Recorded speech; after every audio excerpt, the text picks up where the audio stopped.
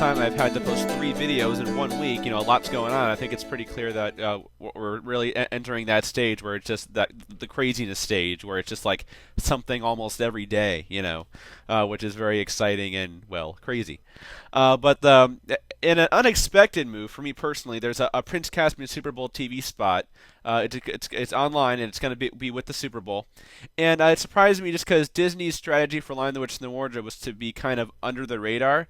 I think that Disney kind of intentionally let King Kong win the war as far as marketing, and as a result, Kong was overhyped, and it ended up working against it. I think Narnia seemed to come out of nowhere to so many people. Like, whoa, it was a shock. That's why, in my opinion, even though Narnia only got average reviews, it made $740 million because Disney was so smart about kind of letting it come out of nowhere and getting the word out, but not overhyping it. So I wasn't expecting Disney to have a Super Bowl TV spot for that reason.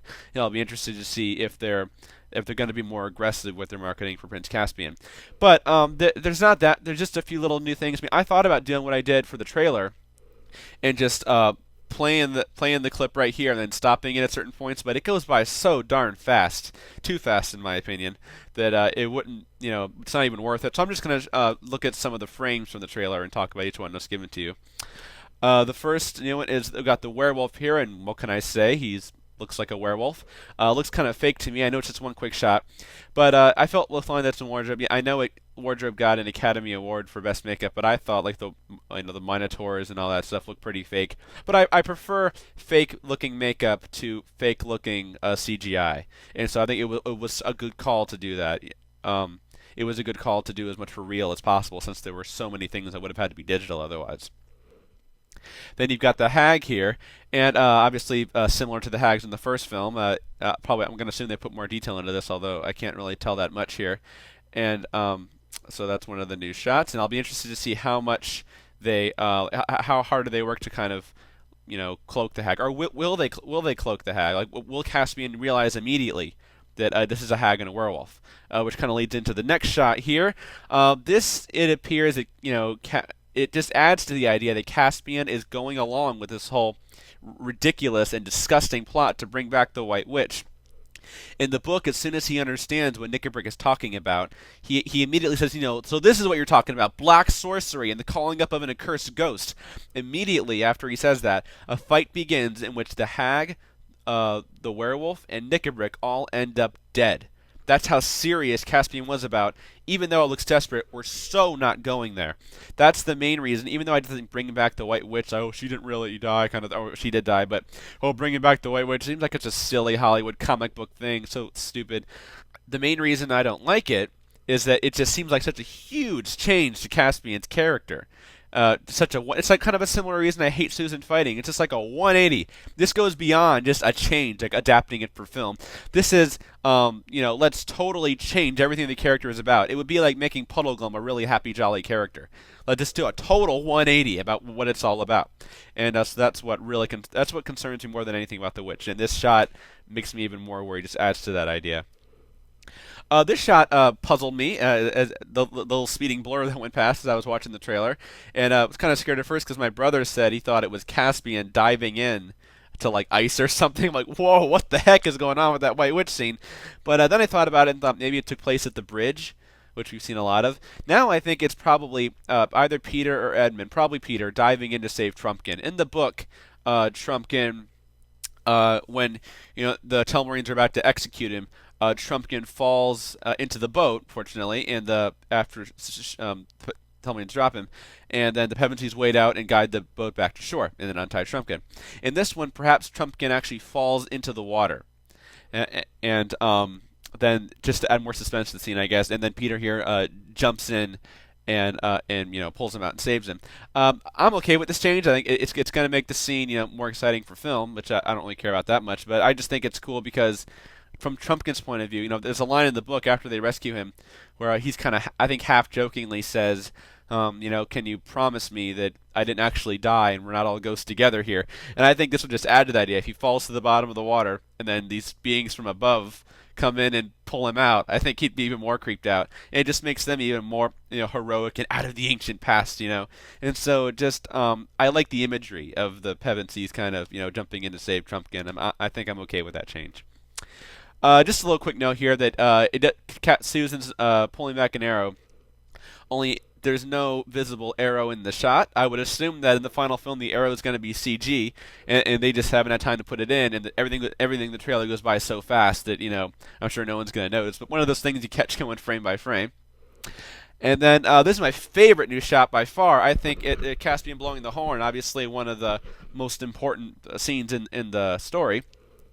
And I love how he points the horn upwards. I never would have thought of that. I think I usually imagine, even though I know the book says that Caspian, was in the middle of fighting when he blew the horn, of sort of pointing the horn upwards. You typically imagine, at least I did, Caspian kind of, holding it up dramatically, da da da, and blowing it. And here it's just actually pointing it upwards, towards the heavens, calling for help, And then I wonder if it'll like zoom out and there'll be this cool transition to the Pevensies or something. And everything about the cinematography in Prince Caspian just seems really, really well done. And this is just, I think, one of my favorite shots from the film that we've seen as far as cinematography.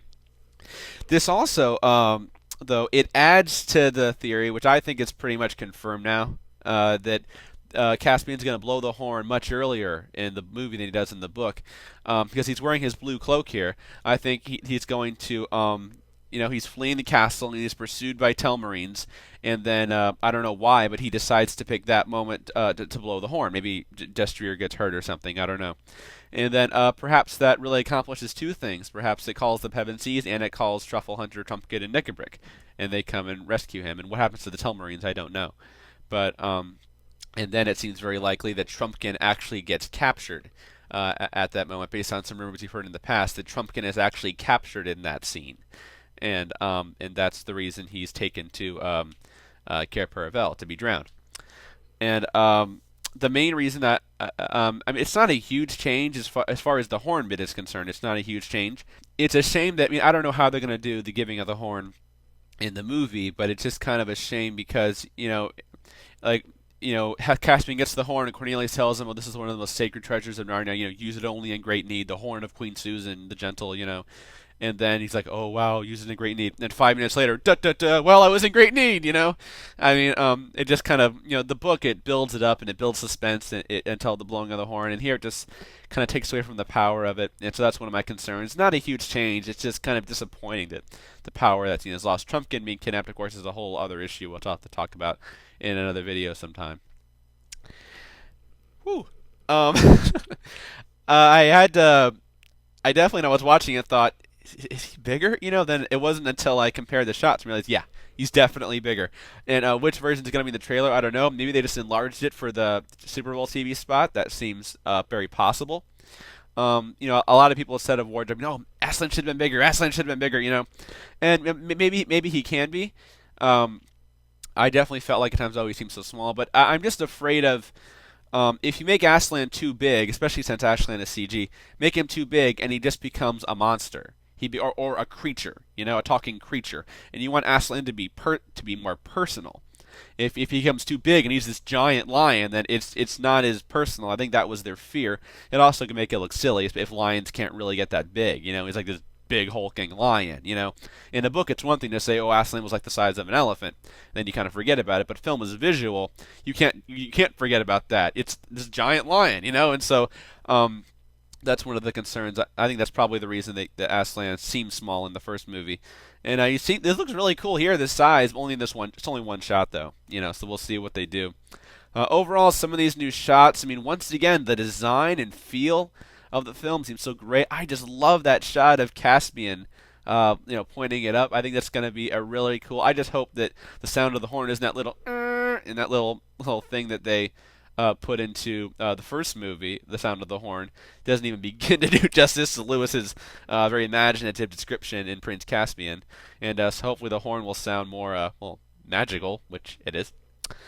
But, so quite an interesting week. So much going on. 104 days to go, and I think the craziness stage has really begun. And I think buckle your seatbelts and get ready for the last few months of the anticipation of Prince Caspian.